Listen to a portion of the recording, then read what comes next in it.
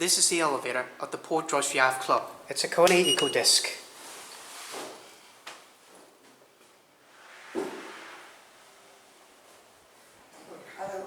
Hello.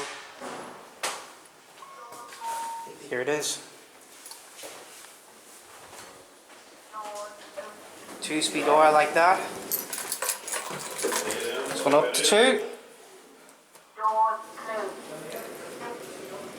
Capacity is 630 kilos here persons, built in 2014, 10 years ago.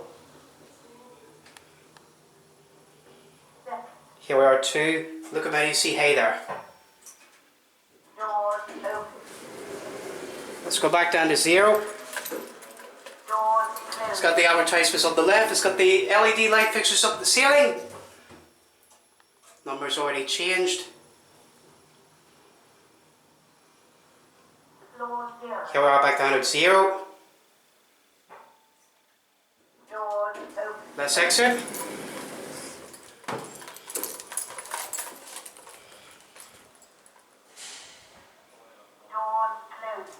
There it goes, and